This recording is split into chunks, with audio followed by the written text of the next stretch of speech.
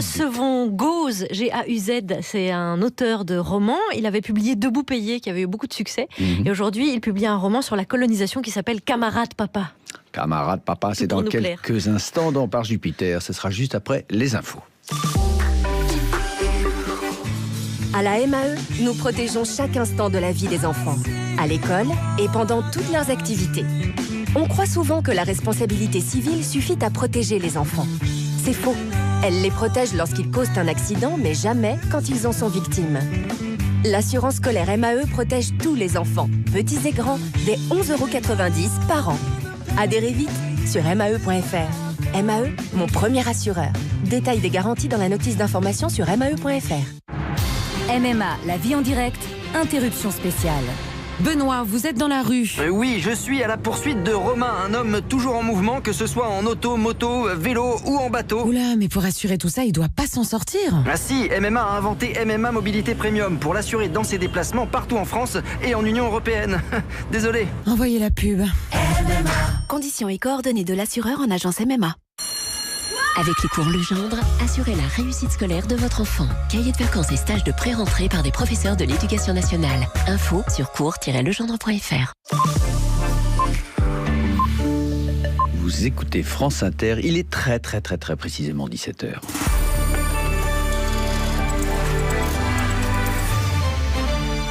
Les infos, Laetitia Gaillet. Pourquoi Laura Flessel a-t-elle quitté le gouvernement ce matin en surprenant un peu tout le monde ? Eh bien, dans son communiqué, elle avait évoqué des raisons personnelles. Le site d'information Mediapart, le Canard enchaîné et l'agence France Presse affirment eux ce soir que son départ est lié à sa situation fiscale. Le fisc aurait saisi la commission des infractions fiscales après avoir découvert des manquements dans ses déclarations. Ça concerne une société de droit à l'image. Les sommes en cause s'élèveraient à plusieurs dizaines de milliers d'euros sur les 3 derniers exercices de l'entreprise Flessel & Co. Quoi qu'il en soit, le remaniement au ministère des Sports aura lieu dans 1 heure. Roxana Maracineanu a été nommée pour lui succéder. Roxana Maracineanu a le même profil que Laura Flessel. Elle vient, elle aussi, du monde sportif. Sa carrière a commencé d'ailleurs dans les bassins, Guillaume Batin. Roxana Maracineanu est la première nageuse française à décrocher une médaille d'or au championnat du monde. Titre mondial pour Roxana Maracineanu et surtout 2 minutes 11-26. Ça n'est ni plus ni moins que le record de France de 8 dixièmes. Née à Bucarest en Roumanie, elle arrive en famille à Marseille à l'âge de 9 ans. Ses parents fuient la dictature du régime Ceausescu et demandent l'asile politique. Elle apprend le français en Bretagne avant de s'installer à Mulhouse et c'est dans le Haut-Rhin qu'elle découvre les bassins. Championne du monde, championne d'Europe, championne de France, elle décroche aussi l'argent dans le 200 mètres d'eau aux Jeux Olympiques de Sydney. À la retraite, elle devient consultante à la télévision et à la radio. Elle reprend aussi ses études et décroche un bac+5 en management. Roxana Maracineanu, mère de 3 enfants, s'implique également dans le monde associatif, principalement avec Educatem, une association qu'elle crée et dirige et dont la mission est d'apprendre à nager aux enfants et aux adultes avec sa propre méthode. En 2017, elle est élue au Conseil régional d'Île-de-France, apparenté PS.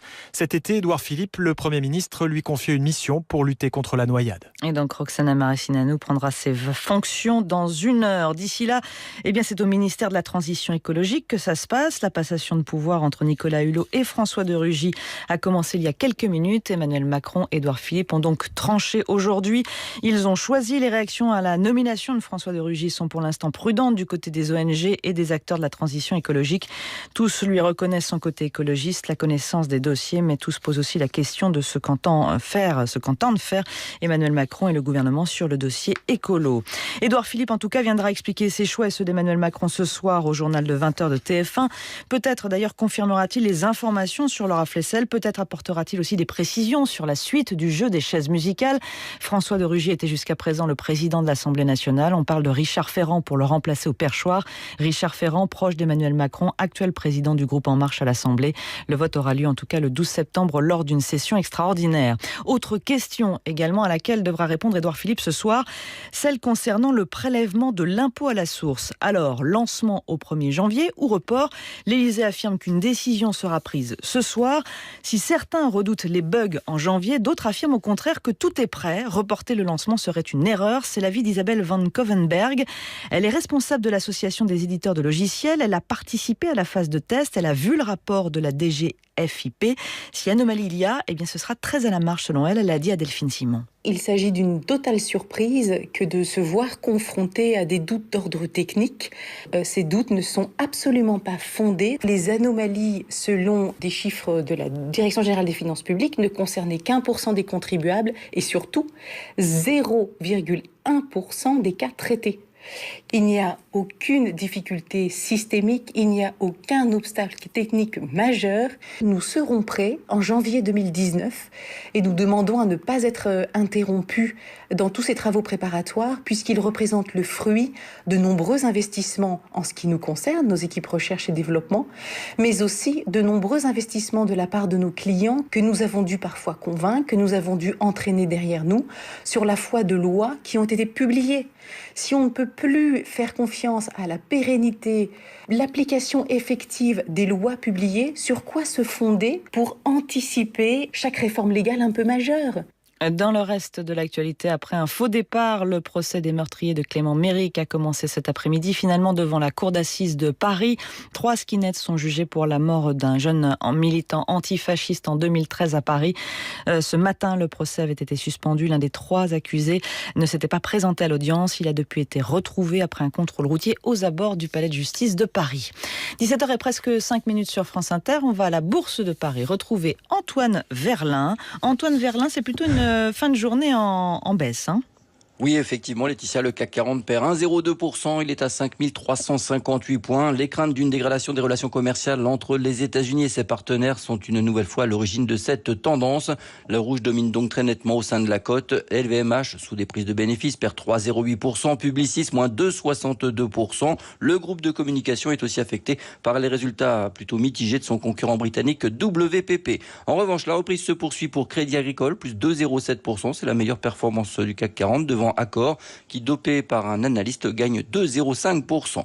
Mais le CAC 40 est en repli sensible, malgré l'euro qui recule à 1,1550 $. Il perd actuellement 1,06% et retombe à 5356 points. C'est Antoine Verlin, la Bourse pour France Inter.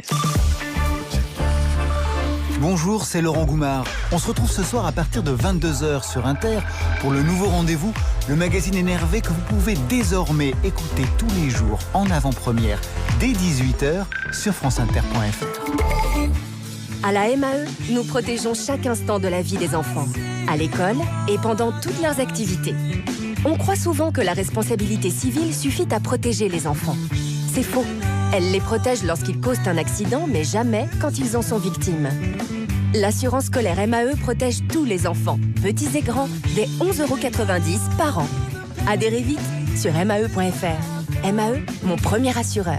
Détail des garanties dans la notice d'information sur mae.fr. Qu'est-ce qu'on s'ennuie aujourd'hui ? Je ne sais pas de quoi vous allez parler. Ah non, c'est vrai qu'il se passe pas grand-chose. Parce que maintenant, on a la fin de l'histoire avec la nomination, etc. Donc, qu'est-ce qu'on va devenir ? C'est ce qu'on dit. Il faut une nouvelle démission pour relancer un peu la machine, peut-être. Merci Laetitia Gaillet. Vous avez bien mouillé la chemise aujourd'hui avec tout ce suspense. Hein. Oh, dites donc. Merci pour les infos. Et nous, on démarre tout de suite cette nouvelle émission. C'est parti.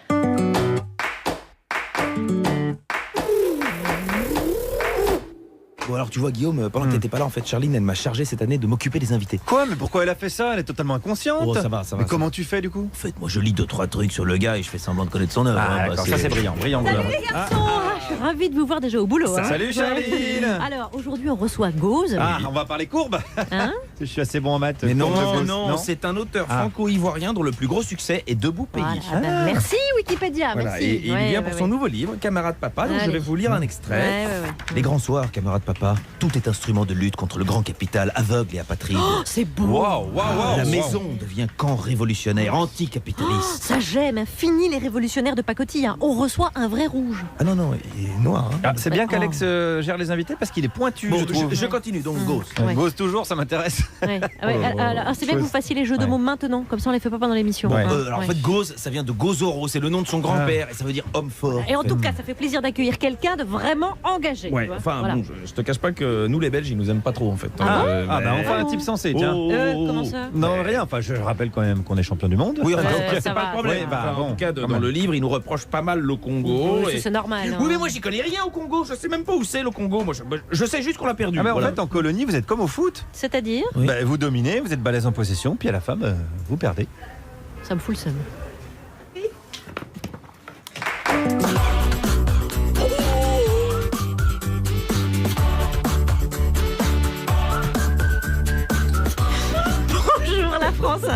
bonjour Ne riez pas déjà, j'ai rien dit de drôle.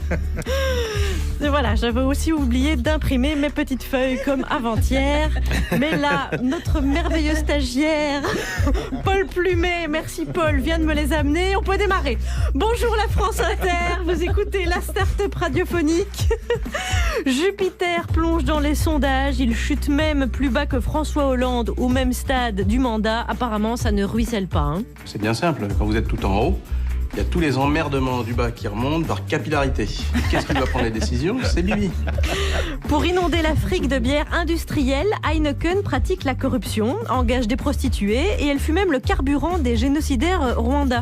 Le grand patron hollandais adore pourtant le continent. Depuis l'Algérie, je me suis rarement senti aussi bien dans un pays d'Afrique. On aurait pu la garder. On aurait pu la garder, c'est vrai. Un conseiller du gouvernement britannique propose de coller toute la signalisation sur le sol. Ainsi, les piétons qui se déplacent tête baissée sur leur portable sauront que le feu est rouge. Ne baissez pas les yeux, ne baissez pas la tête, tenez la ligne. Merci François, on va suivre tes conseils. Lui aussi, il tient la ligne. Ça, c'est vrai. La ligne éditoriale des brèves. Pour le reste, il n'a pas renouvelé sa carte à la salle de sport. Bonjour Alex Vizorek. Je vous le confirme. Bonjour Charline Vanhoenacker. Bonjour à tous et évidemment, une toute belle équipe aujourd'hui autour de la table à 17h20. Lundi prochain, nous recevrons Daniel Gilbert et malheureusement, il ne sera pas là pour qu'elle lui explique comment programmer de la bonne musique dans une émission. N'est-ce pas, Chewbacca ? C'est dommage. Je sais. Bien aimé la rencontrer. De quoi on va parle parler aujourd'hui? C'est ça qui vous intéresse? De Jess Abbey et Peter One. Eh ouais, ça, vous savez qui c'est? Bah oui, un gros ivoirien. L'invité connaît. Et ben voilà, 17h30, celui que vous aviez peur d'avoir perdu, mais est-ce que vraiment vous êtes content de l'avoir retrouvé? Bonjour Guillaume Meurice. Bonjour à tous, moi je suis allé au grand forum Convergence, je vais vous parler d'écologie, de solidarité, tous ensemble, on va sauver le monde. Tout à l'heure il y aura une session sur l'utilité sociale de la finance. Non, absolument pas. Utilité sociale de la finance, on parlera donc pédophilie et puriculture. Et enfin à 17h40, vous venez de l'entendre crier, celle qui est contemporaine tout en ayant de l'expérience puisqu'elle est à la page et qu'elle a de la bouteille. C'est Juliette Arnaud, bonjour. Ouh là là, c'est beau. Il y a tout ce que vous êtes. De quoi dedans. on va parler? Oui. D'un livre? Ça je me doute, mais lequel? Je vous dis pas. Bon ça vaut la peine de faire. C'est lui l'invité à mon avis. Car voici celui qui va enjailler notre open space. Vous êtes, je vous laisse nous le dire, vous êtes... Gauze. Yes, Salut. France Inter. Charline Vanhoenacker. Alex Vizorek. Par Jupiter. L'écrivain Gauze en notre compagnie jusqu'à 18h. Vous publiez Camarade Papa, édition Le Nouvel Attila. Vous êtes donc l'auteur de Boupéillé. Et voici votre deuxième roman, si je ne m'abuse. Affirmatif, madame. Voilà. Nous sommes à Grand-Bassam, qui est la première capitale coloniale de Côte d'Ivoire. Le roman commence au 19e siècle, où un jeune Français venu de la Creuse tente l'aventure coloniale. Un migrant. Oui, exactement. Le migrant s'appelle Dabili. Et en parallèle, vous déroulez le récit d'un jeune d'origine africaine, mais un siècle plus tard, et qui grandit à Amsterdam dans une famille communiste. D'où le titre aussi Camarade Papa. Vous développez donc sur la colonisation 2 points de vue. Il y a un homme blanc du 19e en Afrique et un enfant noir du 20e en Europe qui va en Afrique. Vous êtes franco-ivoirien. Il y a donc en vous une part d'homme blanc que j'assume, et du 19e siècle. Que j'assume totalement. Je suis le fruit de cette histoire-là, donc je l'assume de façon décomplexée. La négritude, j'en ai rien à péter, en fait. Voilà. Prends ça dans la gueule, Aimé Césaire, ce qui nous écoute. Et bam. Léopold Sédar Senghor et toute sa clique, Cheikh Anta Diop, je m'en fous de venir de pyramide et tout ça.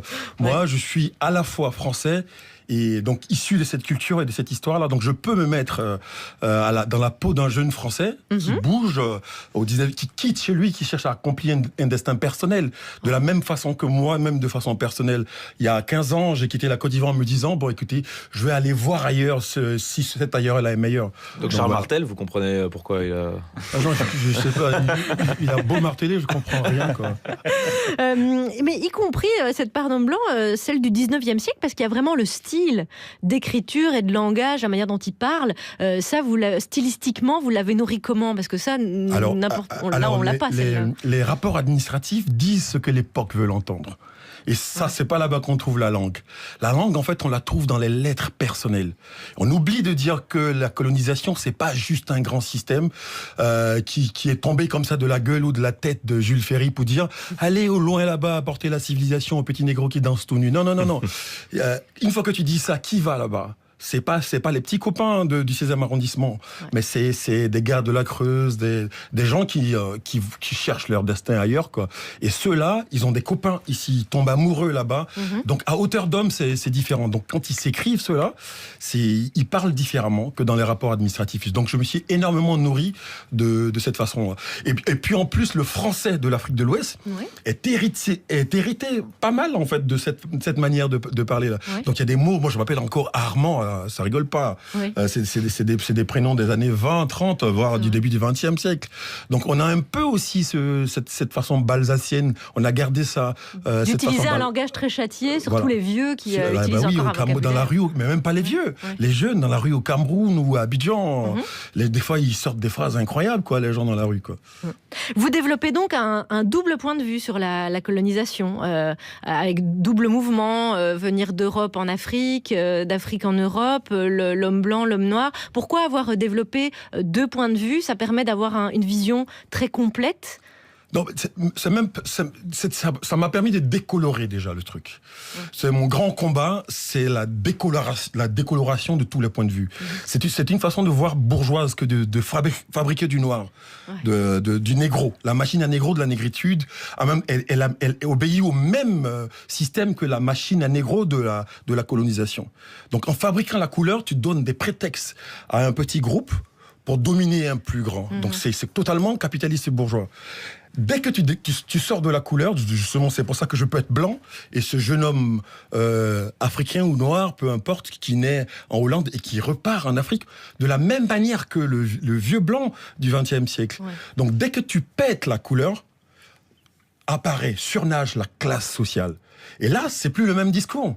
C'est de dire qu'en fait, on s'en fout, on se fait arnaquer par des gens, par un groupe précis de personnes. C'est plus du tout le même discours. Et là, c'est fini le gros sentimentalisme. Ah mais non, tu me traites pas de sale nègre. Mais j'en ai rien à foutre, tu es responsable de ce que tu dis quand tu me dis sale nègre. Mais par contre, tu m'empêches pas d'étudier, tu m'empêches pas de travailler. Voilà. Dès qu'on sort de la couleur, le vrai discours sort. Le discours de la classe sociale. Et ça rigole plus à partir de ce moment-là. Et la lutte des classes est liée, et le côté très idéologique. Je vais me permettre de lire un extrait. On est au début du roman, à peu près. Dabili va quitter Amsterdam pour arriver en Afrique. Il doit prendre l'avion. Jamais Air France. Il ne transporte que la bourgeoisie comprador. Le peuple souverain, il le déporte. Jamais Air Afrique, une compagnie de coloniaux d'enfer et d'aliénation qui ne rêve que d'imiter ses maîtres en reproduisant dans les airs la réaction bourgeoise française à la sauce africaine. Toujours UTA, Union des transporteurs aériens. Quand tu entends Union, la sainte classe ouvrière n'est jamais loin, debout pour faire face au patronat scélérat. UTA, la seule compagnie volante avec un actionnariat ouvrier, ce n'est qu'un début, on continue le combat. Voilà toute l'essence aussi de Camarade Papa. Ici, c'est l'idéologie vécue à fond, ça raconte une époque... années 60. L'enfant, il se barre en fait le lendemain, l'année d'après la mort du camarade Shao Shan Mao. Donc 77. Ouais. Ah, 77. Voilà, exactement. Donc je suis l'action à peu près à ce moment-là. D'ailleurs, c'est presque la fin de ces idéologies. Là, quand Mao meurt, tout part en sucette. Deng Xiaoping arrive là, avec son proto-capitalisme à la sauce chinoise, qui fait que la Chine est aujourd'hui la plus grande puissance capitaliste du monde aujourd'hui. Bon, de toute façon, la voix de ce gamin-là, c'est la voix de l'idéal, de l'idéal pur. On n'en a rien à péter de l'héritage de Staline, Lénine et de Mao finalement. Parce que ce qui compte, c'est ce qu'ils portaient comme idée. On n'est pas responsable, on n'est pas comptable de leur idéologie. De la même manière que le petit Français ici n'est pas comptable de la colonisation. Donc voilà, tant qu'à faire, on décomplexe tout. Pas que, justement, le racisme, il faut le décomplexer, le virer justement. Je vais appeler mon grand-père parce qu'on va se réconcilier. Merci pour ce que vous faites. C'est ça qu'il faut faire. Voilà, j'avais un peu du mal. Gauze qui publie Camarade Papa, édition le nouvel Attila, et Juliette Arnaud va y revenir. Sachez qu'on vous le conseille chaleureusement. Vraiment. C'est Gauze avec nous jusqu'à 18h avec Julie, Guillaume, Alex, Juliette.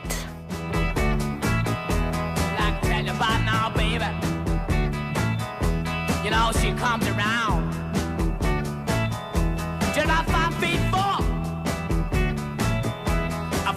to the ground. You know she comes around here just about midnight. She make her feel so good, love. She make her feel alright. And her name is G. L. Whoa. R. I. G. L. Y. Oh, yeah. G. L. Y. Oh, yeah. I'm gonna shout it all night. Oh, yeah. I'm gonna shout it every day. Oh, yeah, yeah, yeah, yeah, yeah, yeah.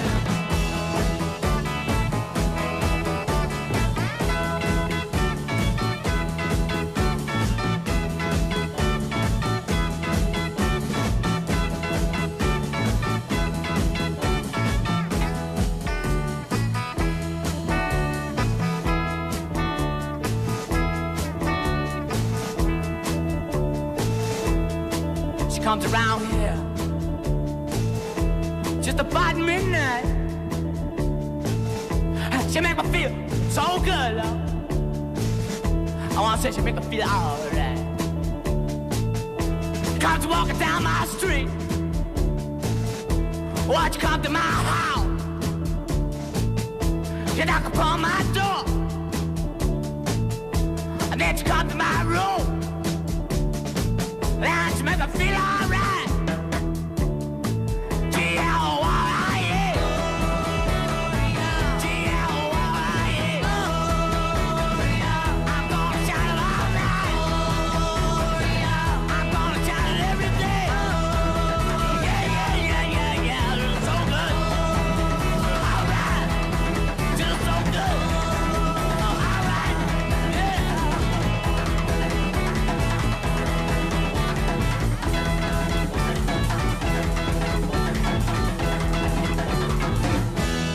Gloria Them sur France Inter. Un choix musical de Monsieur Djoubaka. Bah ouais. Oh, il est là. C'est lui qui choisit, ouais.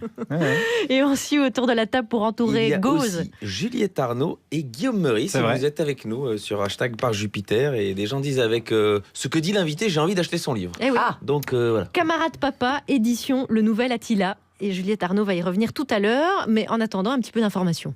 Un petit peu. Tout ça est quand même beaucoup une tempête dans un verre d'eau. Le journal de presque 17h17. Je sais pas nager, je peux voir. Et on commence par les titres. François de Rugy devient donc ministre de l'écologie. Et c'est tout à fait cohérent, il est très fort en recyclage. On se souvient qu'il avait brillamment recyclé sa parole de soutenir Hamon après sa défaite à la primaire à gauche pour aller voir l'herbe plus verte en Macronie. La ministre des Sports, Laura Flessel, a annoncé aujourd'hui sa démission et son départ du gouvernement. Coup dur, certes, pour Emmanuel Macron, mais coup dur pour Léa Salamé et Nicolas Demorand qui se demandent mais pourquoi elle ne l'a pas annoncé au micro de France Inter. Et des brèves. Mais jamais démissionné du ministère de la Brève. Et donc Le c'est moment de grâce. deux nouvelles, une bonne et une mauvaise. La bonne, c'est que Ségolène Royal va rester sur l'épaule, Ouais. ça c'est fait. Et la mauvaise Et la mauvaise, c'est que François de Rugy est le nouveau ministre de l'écologie, ce qui risque de ne pas aider l'épaule non plus. Il succède à Nicolas Hulot comme ministre de l'écologie. Oui, tiens, Brut a retrouvé ce que disait François de Rugy il y a un an à propos du programme écologique d'Emmanuel Macron. Il y a deux problèmes lourds avec Emmanuel Macron. Le premier problème pour moi écologiste, c'est qu'il ne parle pas d'écologie. Je ne sais pas quel est son programme écologique. Bah, on espère qu'il le sait maintenant. Hein, ça fait 2-3 jours qu'il le bosse peut-être. Et Nicolas Hulot, après sa démission, a déclaré avoir le cœur triste, l'esprit léger et la conscience tranquille. Oui, le capitaine du Costa Concordia a porté plainte pour plagiat. Et c'est la nageuse Roxana Maracineanu qui va remplacer Laura Flessel au ministère des Sports. Oui, bah visiblement, après s'être fait construire une piscine à Brégançon, Manu, il aime beaucoup la nage. Et voilà. Et la cote de popularité du président s'effondre. Et il accuse une chute, elle accuse une chute, cette cote à 31% d'opinion favorable, légèrement sous François Hollande à la même époque. Et on y est, voilà, chute de popularité, remaniement, et vous allez voir qu'il va nommer un jeune loup, ministre de l'économie. Et ça sent la fin. Majorité, toujours. Hier sur Twitter, Benjamin Griveaux s'est félicité de l'interdiction des néonicotinoïdes dans l'agriculture française en tweetant « Il y a ceux qui parlent et ceux qui font. Oui. Nous faisons ». Sauf que cette interdiction a été votée en 2016, sous le quinquennat de François Hollande. Ah oui, oui, oui. Benjamin Griveaux, le Thomas Sisley du gouvernement, comme on l'appelle. Passons à droite et à Nice. Christian Estrosi a refusé de célébrer un mariage à cause d'une série d'infractions des invités sur la voie publique. Bon, c'est marrant parce que souvent il va au meeting des Républicains et dans la série Infractions des invités, il n'est pas si regardant. Santé, à présent, selon l'Agence nationale de l'environnement, certaines fournitures scolaires peuvent être toxiques. Il faut éviter les feutres qui sentent la fraise, la vanille ou les gommes parfumées, préconise-t-il. Oui, alors partant du principe que si vous vous mettez à sucer des feutres ou de la gomme, c'est que déjà la colle était toute bonne, comme vous l'avez sniffé avant. Justement, à Aubervilliers, le rappeur Mac Taylor offre des fournitures scolaires avant la rentrée. Oui, les mauvaises langues diront qu'elles n'ont jamais servi. Et des brèves. Petite blague, oui, bah si, on peut. Bon. Des brèves. Oui, des brèves. En Californie, faute de place suffisante, les professeurs de fac sont encouragés à héberger les élèves. Jean-Luc Lahaye s'est déclaré passionné par l'enseignement et est disponible tout de suite. Allez, la dernière. Et la dernière, à Aix-en-Provence, la toute première implantation de la chaîne de restauration rapide Quick va fermer ses portes. Si vous souhaitez, pour l'honorer et honorer sa cuisine, vous pouvez toujours aller déposer une gerbe sur le site. Merci Alex. Nous sommes en compagnie de Gauze qui publie Camarade Papa en cette rentrée littéraire. Et on va vous soumettre ce premier sujet dont on va débattre un peu. Après une année à marcher sur l'eau, Jupiter plonge. Alex l'a dit, dans les sondages, il vient d'atteindre un niveau de popularité plus bas que celui de François Hollande à la même période du mandat. Il y a 31% des Français qui approuvent l'action d'Emmanuel Macron comme président. C'est 10 points de moins qu'en juillet. C'est la plongée, oui. Quand tu plonges comme ça, qu'est-ce que ça te fait? C'est comme si je glissais sans tomber. Le plus dur, c'est une fois en bas. Pourquoi?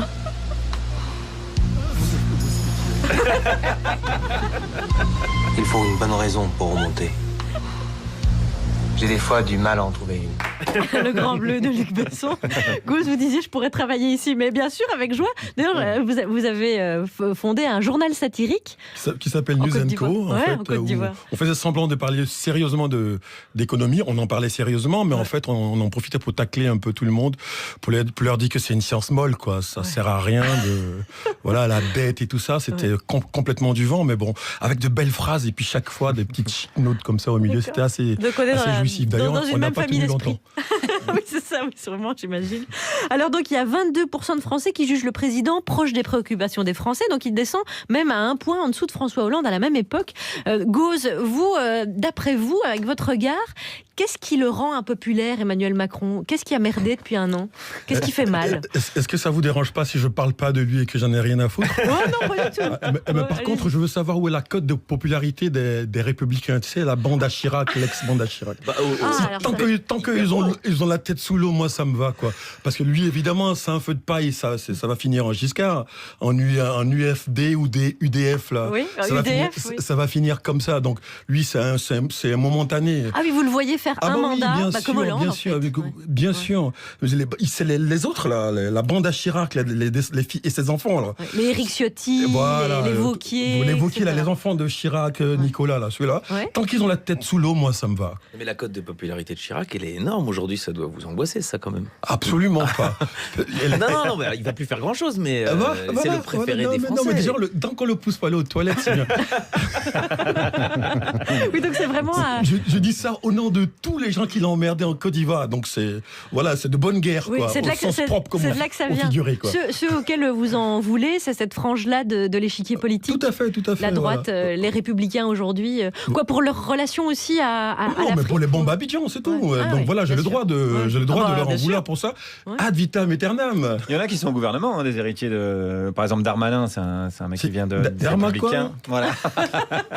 Donc il y en a qui sont plus sous cette étiquette-là, mais qui sont quand même au pouvoir. On les a à l'œil grâce à toi. Ça va pas suffire. Mais est-ce que ça voudrait dire que Emmanuel Macron est aussi nul que Hollande, s'ils sont au même point de... Question. Ah bah voilà, pavé dans la mare. Allons-y, posons les vraies questions. C'est la question sous-jacente. Hein. La réponse est oui. Est-ce que vous roulez pour le retour de François Hollande? C'est là où on en est là. Est-ce qu'en sous-marin, vous n'êtes pas en train de nous proposer un ticket? Et vous savez quoi, si on parlait d'autre chose et qu'on revenait donc à la Côte d'Ivoire, comme ça nous laissera l'occasion de développer d'autres sujets comme Heineken en Afrique. Je veux dire que c'est une très mauvaise bière. Et ça, je peux vous dire compter sur moi. Parce que moi, j'en ai rien à fiche moi après. Mais si on partait en musique en Côte d'Ivoire, avec vous allez nous proposer quelque chose de Djoubaka que notre invité connaît bien. Attention, c'est vraiment bien. Justement, il est à côté de moi pour me contredire et tout ça, ou affirmer ce que je suis en train de raconter. Et on peut dire vraiment que tous les chemins mènent à la country folk, et donc celui qu'on va emprunter aujourd'hui prend racine en Côte d'Ivoire. Alors c'est un pays quand même qui a vu naître le Zigibiti, le Zouglou, le coupé décalé, et un groupe au milieu des années 80 a fait le pari, parce que c'en est un, de produire une musique folk aux accents de country. Et ces zébulons occupaient une place un peu digne d'un ovni dans un paysage musical qui était un des plus riches de l'Afrique de l'Ouest. Parce que des années 60 aux années 80, en fait, il y a eu ce que les conteurs à pognon ont appelé le miracle économique ivoirien, avec le business du cacao et du café. Et le bonheur collatéral pour nous qui aimons la musique, c'est qu'on enregistre sévère à Abidjan. On a des studios de première classe et un public qui est vraiment en attente. Bref, la Côte d'Ivoire résonne. C'est Funky Town, si vous voulez. Et alors d'abord, il y a un garçon qui est connu pour être un des caricaturistes les plus importants du pays, qui s'appelle Jess Abbey, et qui est très très fan en fait du Creedence Clearwater Revival, de Crosby, Stills & Nash. Il rencontre Peter One, avec qui il va monter un groupe qui porte leurs deux noms. Et ces deux-là vont sortir un disque comme on lance un boomerang. Des fois, on espère que ça revienne, des fois, on ne sait pas quoi. De la country folk ivoirienne. Et même s'ils lorgnent, en fait, sur les États-Unis pour le son, les textes, eux, sont bien ceux de deux gars d'Abidjan. Et contre toute attente, en fait, il y a une population étudiante qui va donner à leurs chansons un écho incroyable et qui va largement dépasser très très vite la Côte d'Ivoire. C'est-à-dire qu'ils vont remplir des stades au Burkina, au Togo. Ils partent de l'apartheid, défendent une Afrique indépendante, sont contre la vengeance. Ils ont des harmonies musicales de premier ordre, c'est-à-dire à l'africaine, on mélange très différemment qu'aux États-Unis, une style guitare qu'on entend, un harmonica, et ils vont quasiment lancer une mode, puisque dans leur sillage, les radios du pays vont diffuser du Dolly Parton, du Simon & Garfunkel, à fond la caisse. Alors vous savez que pour les artistes du continent africain, il est très très difficile de se faire payer leurs droits, et surtout à cette époque. Ce disque est sorti il y a 33 ans.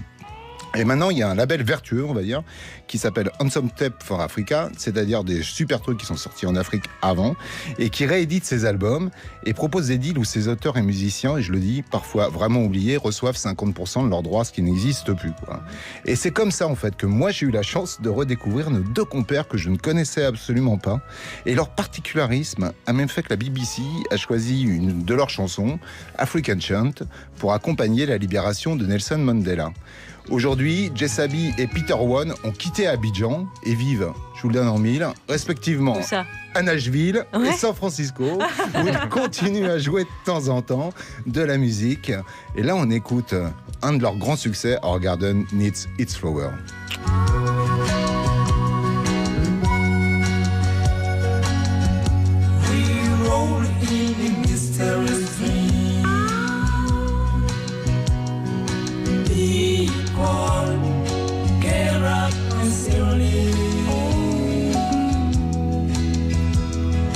What's up? Pretend and use what created the beautiful flower garden, but you they will change. On a garden,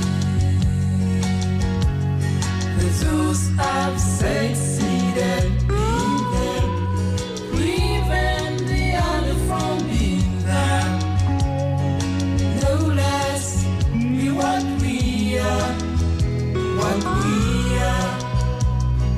Whatever appearances may be, the zoos have succeeded in them, prevent the other from being there. No less be what we are, what we are. Whatever appearances may be, let's see. all I'm gonna need is flowers. I sing for sister brothers, 'cause all I'm gonna need is flowers. So let's sing peace and love, 'cause all I'm gonna need is flowers.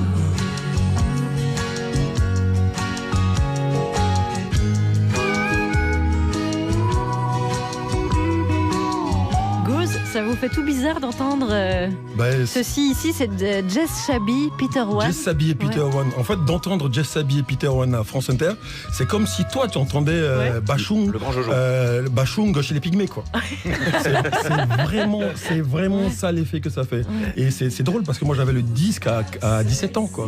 C'est l'année de mes 17 ans qu'il est sorti. Et ça, c'était vachement bien. Peter One, il était prof d'anglais. Et l'autre était caricaturiste. C'est deux jeunes gars cool qui jouent de la guitare, de l'harmonica comme Bob Dylan. Voilà, c'était fait pour nous, quoi. Moi, j'étais un grand fan de Bob Dylan, donc dans la veine, quoi. On a écouté Dolly Parton à cause de ces deux zigotos là. On a écouté Our Garden Needs Its Flower, donc Jess Sabi et Peter One. Donc on peut les réécouter maintenant, Joubi, alors. Bah ouais, carrément, on peut les réécouter. Et puis il y a intérêt parce que c'est une vraie découverte. Et ça chante, en fait, il y a un truc d'harmonie vocale qui est très différente aussi de ce qu'on peut produire dans les pays anglo-saxons, puisqu'il y a un solfège assez différent en Afrique. Il y a la tonique, la voix principale, là. Et puis en général, il y a une voix qui accompagne. À l'église, c'est la tierce à peu près. Alors que la tierce africaine, en fait, elle est changeante. Des fois, elle est cinquième. Ça dépend de comment s'entendent les trucs. Merci André Manoukian, parce que pour une fois, c'est pour une fois, vous êtes clair. C'est ça qui donne cet effet de... Ça te prend dans le ventre, parce que tu sais jamais ils vont la placer, la voix seconde, quoi. Ouais, l'homme africain n'est pas rentré dans le solfège. J'entends bien ce que vous dites. Il avait d'autre part où rentrer. Merci beaucoup, Djoubaka. Vous avez mis dans le mille. Gauze est avec nous. Il publie Camarade Papa aux éditions Le Nouvel Attila. On entendra tout à l'heure Juliette Arnaud à ce sujet. Et là, à cette heure-ci, vous avez l'habitude de retrouver Guillaume Meurice. Surtout qu'aujourd'hui, on est sauvés, putain. Ça y est, de Rugy ministre. C'est vrai que j'ai été un peu alarmiste hier en disant que Macron était aussi écolo que Djoubaka, danseuse étoile à l'Opéra de Kaboul. Mais aujourd'hui, on est rassurés. Gros stuff chez les ours blancs en début d'après-midi. L'action tofu a pris 12 points à Wall Street. Et puis, le ministère pour de Rugy, c'est aussi la preuve qu'on peut avoir le charisme d'une table basse et la constance politique d'Aurore Berger et réussir quand même dans la vie. Ça redonne espoir s'il y a des jeunes qui nous écoutent. Et puis, on est d'autant plus sauvés que je suis allé ce matin au forum Convergence. C'est le forum des solutions équitables et durables. Alors, ne vous enflammez pas quand même, c'était, je cite, sous le haut patronage d'Emmanuel Macron. Donc, c'était pas un dîner de zadistes au flunch de Bagnolet. D'ailleurs, l'événement avait lieu à la Bourse de Paris. Comme ça, on était, ça calmait tout le monde. Hein. Je rappelle qu'on n'a jamais vu Jean-Yves Courcial en Sarwell, mais j'ai rencontré plein de gens intéressants qui ont des solutions d'investissement solidaire. Exemple, une société qui propose de la réinsertion et des massages en entreprise. On apporte la musique, l'ambiance musicale, l'ambiance parfumée, huile essentielle, etc. C'est pour que les salariés soient encore plus productifs après. Voilà, derrière, il y a toujours cette idée aussi, bien-être au travail égale aussi meilleure santé économique dans l'entreprise, meilleure production de l'individu. Mais alors, si c'est des entreprises qui polluent, est-ce que c'est pas contre-productif? C'est une question complexe. Ouais, c'est pas simple. C'est pas simple, hein, parce que si c'est pour aller faire des massages de la prostate chez Monsanto, il y a déjà le ministre de l'Agriculture. Hein, ça va faire doublon, faites gaffe. Alors, c'est pas la seule petite contradiction qu'il y avait ce matin, parce que dans les tables rondes proposées, il y en avait une organisée par Coca-Cola. Donc déjà je dirais LOL, déjà pour parler comme en 2015, et elle était sur le thème des enjeux du plastique. Oh les taquins, les enjeux du diabète, ils n'ont pas osé. Alors je suis allé voir le représentant de Coca, non sans que sa directrice de com l'ait prévenu de qui j'étais exactement quand même avant. Alors écoutez bien le silence qui suit ma question, parce que c'est déjà du Coca-Cola, du Coca écolo. En tout cas, on a des grosses ambitions en la matière, puisqu'on veut doubler notre intégration de plastique recyclé, et on s'est engagé là-dessus. Si on veut être le plus écolo possible, est-ce que c'est pas mieux de ne pas boire de coca du tout? Après, les gens sont libres de leur choix. C'est la bonne réponse. Il s'en sort pas mal. Pour une entreprise qui pille les réserves d'eau des pays en développement, c'est pas mal. Fallait la jouer serrée. Je rappelle que Coca, dans le monde, c'est 10 000 litres d'eau par seconde. Hein, quand même, il faut le rappeler. Donc, le temps de dire cette phrase, c'est la consommation en bourbon de Jean-Vincent Placé qui est consommée par Coca-Cola sur la planète. Alors, comme moi aussi, je suis taquin, j'ai quand même un petit peu continué avec lui. Vous pouvez évidemment faire ce que vous voulez. à partir du moment où vous recyclez vos bouteilles plastiques, nous, on peut vous assurer, en tout cas, qu'on va pouvoir la réintégrer dans notre production. Mais ça serait mieux de plus consommer cette boisson, comme ça on est complètement écolo. Moi j'ai des solutions, je suis un homme de solutions. Encore une fois, chacun est libre de ses choix. Il a bien appris la leçon, ok. Si on défonce les écosystèmes, c'est la faute aux consommateurs. Voilà, vive le desktop. Le Coca, pardon, je confonds toujours les deux. Alors, autre cocasserie ce matin, la présence comme partenaire de Convergence de la BNP. Ça c'est cocasse, qui est dans les classements des ONG classées à peu près comme la pire banque en termes d'investissement écologique. Moi, si j'étais une métastase, j'ouvrirais un compte à la BNP, pour dire merci, quoi, par respect. Alors, je suis allé les voir, la BNP. Je suis allé les voir, mais quand ils m'ont vu, ils n'étaient pas chauds, ils n'étaient pas ravis. Vous n'êtes pas aimé de ces gens-là. Non, heureusement que je suis pas Élise Lucet. Si vous voyez qu'ils avaient une descente d'organes directe. Alors, ils n'ont pas voulu me répondre. Tant pis, je suis allé voir les organisateurs du forum. Pourquoi avoir invité la BNP ? Les banques ont du pouvoir, pour changer le monde, il faut du pouvoir. Donc après, est-ce que la BNP est le meilleur partenaire? Je ne sais pas. Ah ouais, c'est ça, c'est la question qu'on se pose, dis donc. Je vous laisserai répondre à la question du coup. Mais vous, votre avis, ça serait quoi? Sur la BNP? Ouais. Je passerai la question. Ah, c'est dommage. Oui. Parce qu'elle est classée souvent parmi les banques qui soutiennent le plus les entreprises polluantes. Ah oui? Mais peut-être. J'ai pas regardé les études par rapport à ça et la BNP ça m'intéresse pas plus que ça. Finalement, attendez, on s'en fout. Du moment qu'ils sont sympas, la BNP. Moi, j'ai bien invité Michel Fourniret au goûter d'anniversaire de ma nièce. Ça s'est très bien passé. Alors, comme je sais que parfois les gens qui nous écoutent sont quand même tatillons, je suis quand même allé voir l'organisatrice principale de l'événement pour avoir plus d'explications quant à la présence donc de la BNP. Ils ont vraiment, ces 10 dernières années, vraiment changé énormément de choses. Ils ont mis en place des green bonds, ils ont une vraie réflexion. Des green bonds? Des moyens d'investir dans de la croissance verte et dans des instruments financiers verts. Voilà, ça sent déjà un peu l'arnaque, on dirait, non? Parce que moi j'explique ça très mal sans doute. Non, c'est clair. C'est clair, ils ont investi dans des trucs verts, quoi. D'ailleurs, le logo de la BNP, il est vert. Ça change un peu des anarcho-syndicalistes de la Société Générale avec leur rouge et noir agressif. Et puis l'idée de ce genre d'événement, c'est avant tout, je dirais, de discuter. Chez nous, on pense qu'il faut que tout le monde soit autour de la table pour changer le monde et que ça sert à rien d'ostraciser ceux qui ont des pratiques un peu moins parfaites que les autres et que si elles sont autour de la table, elles vont apprendre. C'est beau ce que vous dites. C'est beau, hein. Mais est-ce que ça veut dire qu'au Forum du féminisme, on invite DSK et Denis Baupin, par exemple? Bonne question. Parce que c'est à la fois le problème et la solution, peut-être. Ça peut être important qu'ils rencontrent justement des féministes qui leur expliquent un petit peu comment améliorer leur pratique, si j'ose dire. Bien évidemment, madame. Pourquoi vous pensez que Macron et sa clique, ils bouffent avec les lobbies matin, midi et soir? C'est pour faire évoluer les mentalités des lobbies. Belle abnégation. Donc on compte fort sur les responsables du bordel pour arranger le bordel. Allez, je vous laisse, parce que moi j'ai rendez-vous au grand rendez-vous de la bienveillance et du respect, sous le haut patronage, évidemment, de Nordal Lelandais. Merci, Guillaume. Moi, je crois pas. Tu es un fabricant de fiction, toi. Tu vas écrire des bouquins. Ça n'existe pas, ce qui s'est passé. Là, le forum Convergence, c'était hier et aujourd'hui. Vous allez faire un tour sur le site. Il y a des vidéos et les choses Et formidables. on tenait à vous le faire partager, Gauze. Il n'y a pas de raison. Merci, je suis touché. Écoutez. Il y avait Veolia aussi. Il y avait plein d'autres gens très intéressants. En tout cas, camarade papa, n'enjoignez pas à boire le Coca-Cola ni le Pepsi, la boisson de l'oppresseur. Alors parlons de ce sujet qu'on a, en le voyant, on a tout de suite pensé à vous et à votre livre. La bière Heineken, qui arrose de plus en plus l'Afrique, en même temps que progresse la classe moyenne en Afrique qui consomme la bière industrielle.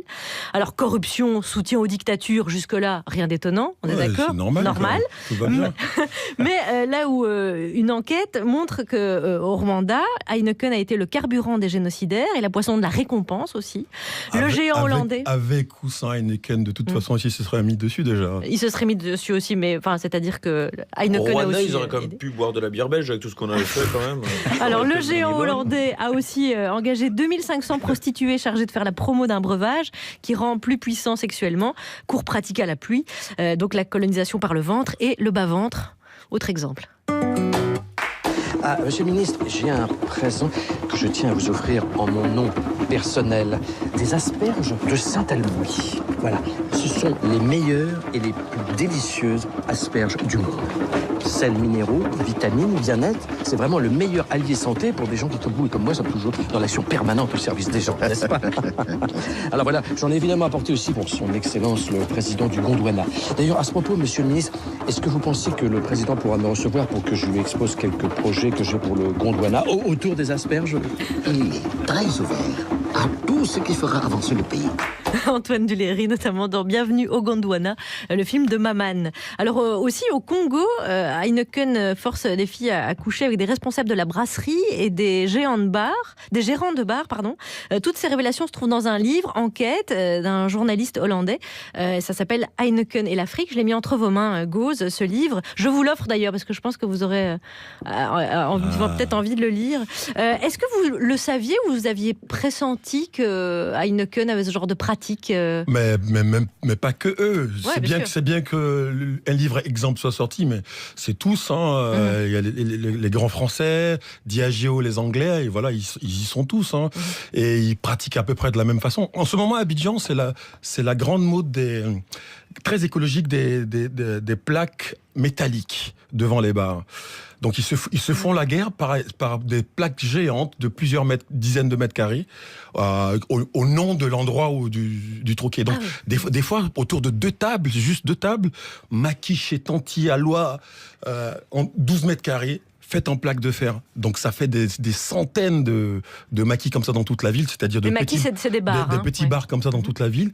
Voilà, ça pollue visuellement la ville déjà, et ensuite c'est pas du tout écologique. Donc ils se font la guerre. Ils se font la guerre visuelle, et c'est énorme. Et l'Afrique a une très longue histoire politique avec la bière. Lumumba, vous l'appelez le vendeur de bière. Bah oui, c'était un véritable représentant commercial de la bière.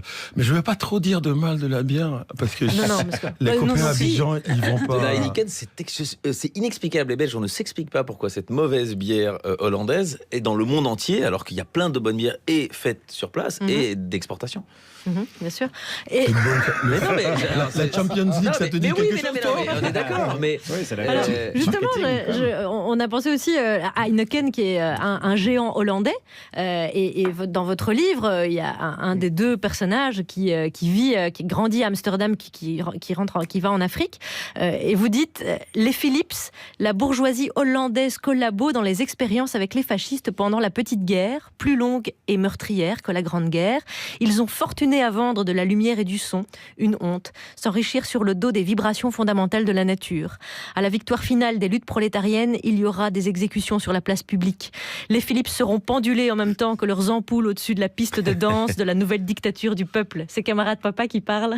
Ouais, c'est Anouman, l'enfant quoi de camarade papa, et qui n'a que ce genre de discours. Il ne comprend le français qu'à travers les discours marxistes de son père, parce qu'il est vraiment né en Hollande, et dans le quartier rouge, le plus beau quartier de la ville, où il y a les vendeuses de bisous. D'ailleurs, en partie élevée par une vendeuse de bisous. Yolanda, la grande Yolanda, la marron. C'est ça. Et donc aujourd'hui, avec ce cas de Heineken, en fait, c'est un peu le cas de Philips, mais transposé aujourd'hui. Exactement. On est au cœur du discours de ce gamin-là, qui est né en Hollande, parce que ses parents communistes cherchaient le patient zéro. Ils considèrent le capitalisme comme une espèce d'épidémie qui a contaminé toute la planète. Et dont le berceau est Amsterdam, pour eux, la Hollande, tout le monde s'est planté, c'est pas l'Angleterre, c'est la Hollande. Donc ils vont là-bas pour étudier le patient zéro et trouver le vaccin pour soigner le monde du capitalisme. Et les deux pays qui ne sont pas contaminés, c'est la Grande Russie, à cause de l'Oural, et puis la Chine à cause de Mao et la Grande Marche qui sait fuir le pesticide et autres quand ça chauffe. Et voilà. Sans vouloir...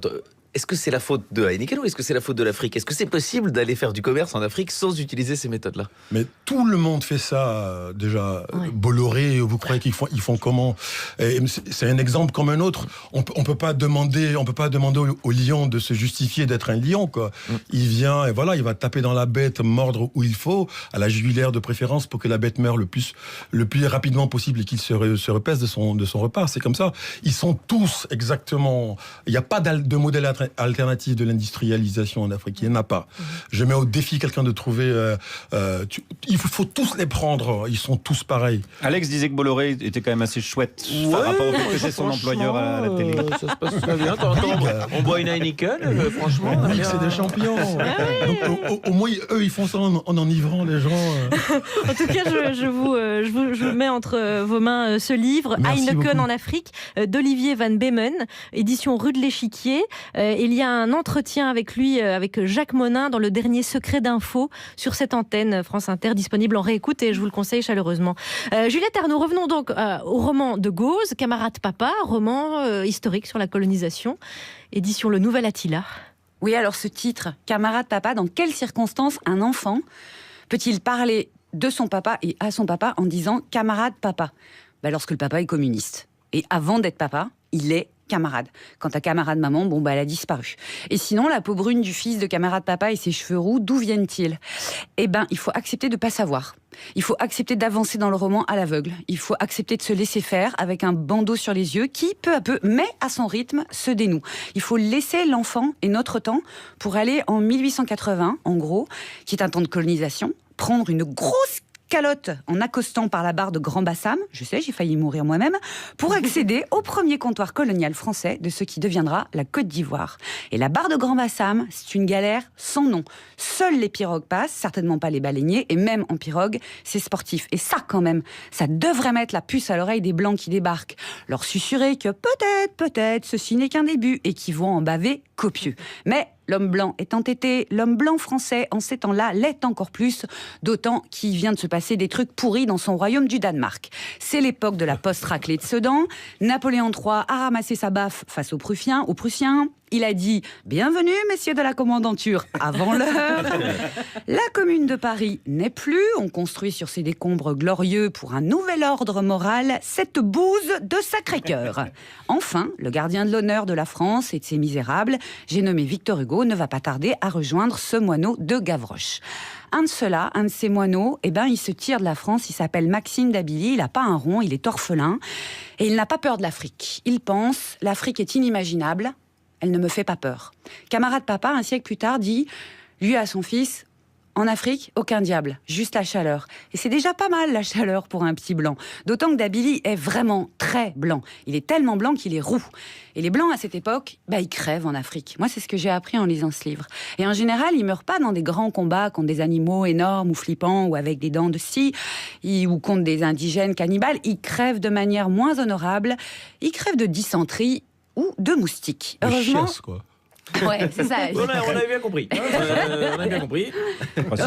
tout ce qui est colique, en fait. Voilà, tout ce qui a rapport avec le fait que tu te vides par le cul. Heureusement, D'Abilly n'est pas comme les autres. Ni l'argent, ni la quête du pouvoir ne semblent le guider. C'est un rêve peut-être qu'il guide. Alors, D'Abilly voit, il écoute, il apprend tellement bien qui fait comme tous les gens qui apprennent très bien, il tombe amoureux. Il est fasciné par un peuple du coin, les Anis.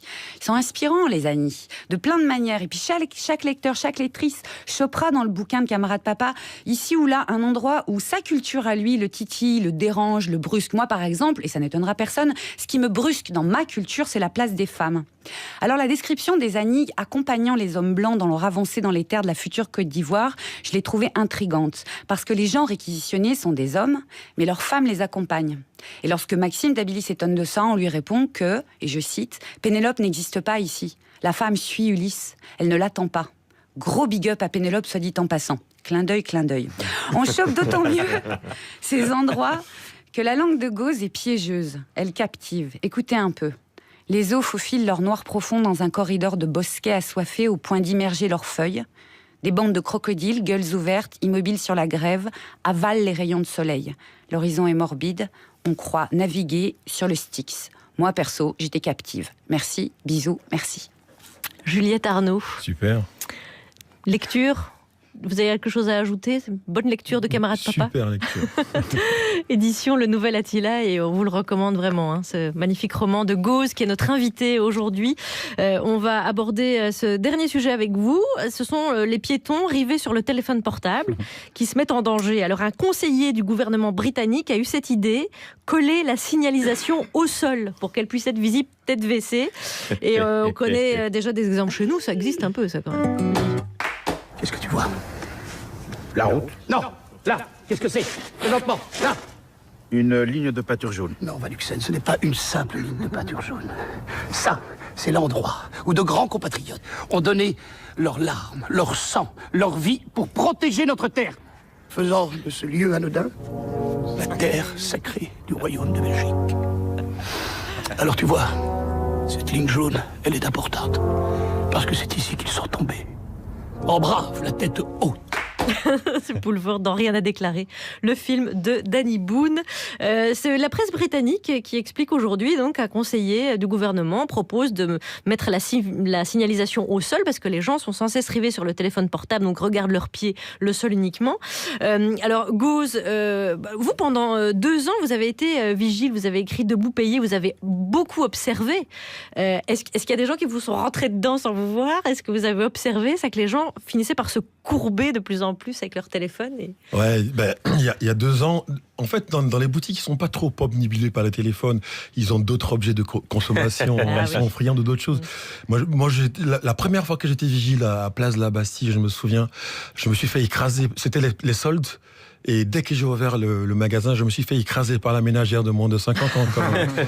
Donc c'est vrai qu'il faut faire quelque chose contre ça, je crois, contre le massacre des vigiles, des noirs, pendant les soldes. Donc les Anglais, ils ont d'autres soucis. De toute façon, moi je suis contre les Anglais. J'ai été colonisé par les Français. Voilà. Donc je respecte cette histoire-là. Ça a été la guerre pendant 150 ans. Moi je suis du bon côté de la Manche. Les autres, ils peuvent crever, ils vont se faire tous écrasés grâce au téléphone portable. Voilà, donc ils continuent à regarder leur téléphone, voilà, c'est ça le message. Qui le regarde, on sera encore champion du monde dans 4 ans. Mais nous aussi, on vit courbé, il y a cette évolution. On va finir avec la colonne vertébrale en arc de cercle, non? Vous penchez où pour... Non, mais je remarque les passants dans la rue, les gens, ils vous rentrent dedans, ils vous bourrent dedans parce qu'ils regardent leur téléphone, ils vous voient pas. Non? C'est assez phénoménal comme évolution physiologique. Donc en tant que scientifique, Et vous êtes dépendant, vous, de votre portable ou pas du tout? Ou vous essayez de trouver des stratagèmes pour éviter de le devenir? J'en ai plein. Par exemple, j'ai cassé mon téléphone c'est une bonne technique. En janvier. J'ai passé 4 mois sans téléphone. J'ai déjà fait... Mon record, c'est quand même 11 mois sans téléphone. C'est l'enfer pour les copains. Oui, donc vous êtes vraiment un homme libre. Gauze avec nous. On a un petit rôle à vous proposer, de composition. En fin d'émission, on propose un sketch à l'invité. Il découvre le texte et son rôle. Et je me suis dit, ce qui vous irait bien, c'est peut-être le rôle de Jean-Marie Le Pen. Je me suis dit, je le savais. J'ai senti, je me suis dit, voilà, il y a un truc d'acteur à jouer. Parce que le Rassemblement National essaye évidemment de récolter des fonds. Ils sont un peu dans la mouise au niveau financier.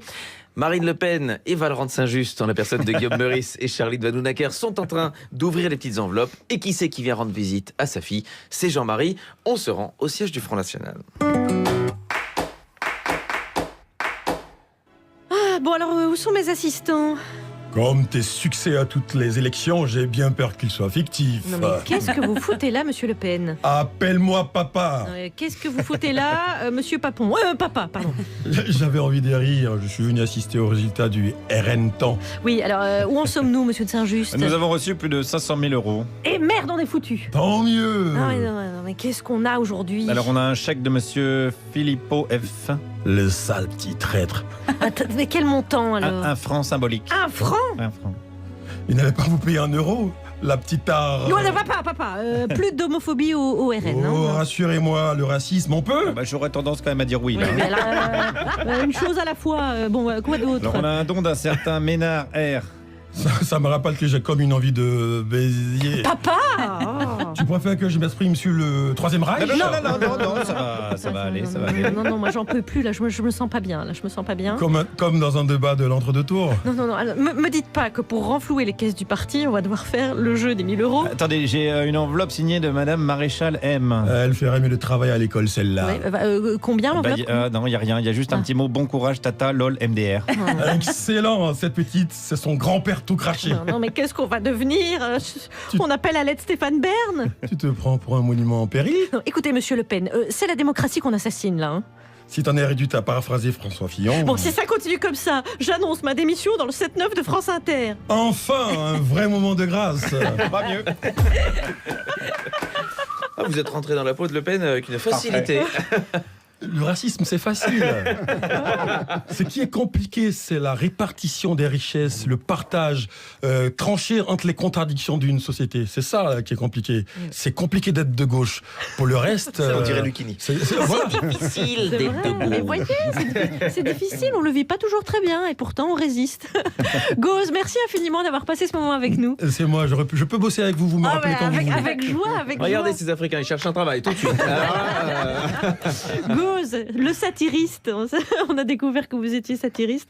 Et je rappelle votre roman qui s'appelle Camarade Papa, paru aux éditions Le Nouvel Attila. Et vous serez présent au Festival du Livre dans la Boucle.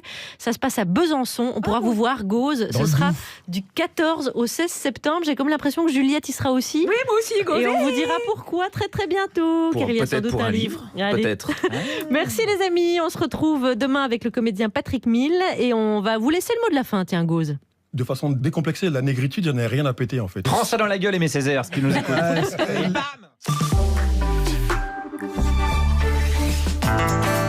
On en parle. Il y a des sujets